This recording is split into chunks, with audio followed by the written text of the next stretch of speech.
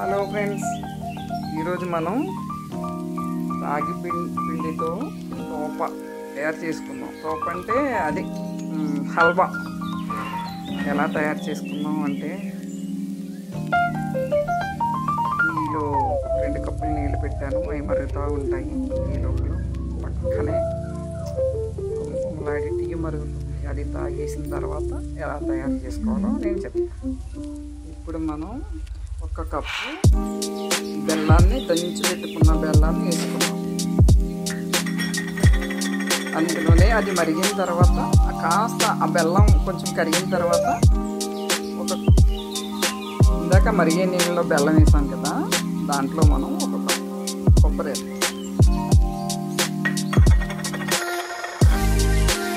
కొబ్బరి, ఉప్పు ఎందుకు వేసానంటే, ఏ స్వీట్లు అయినా సరే మనం ఉప్పు వేసాం అనుకోండి, ఆ టేస్టే వేరు. యాలకుడి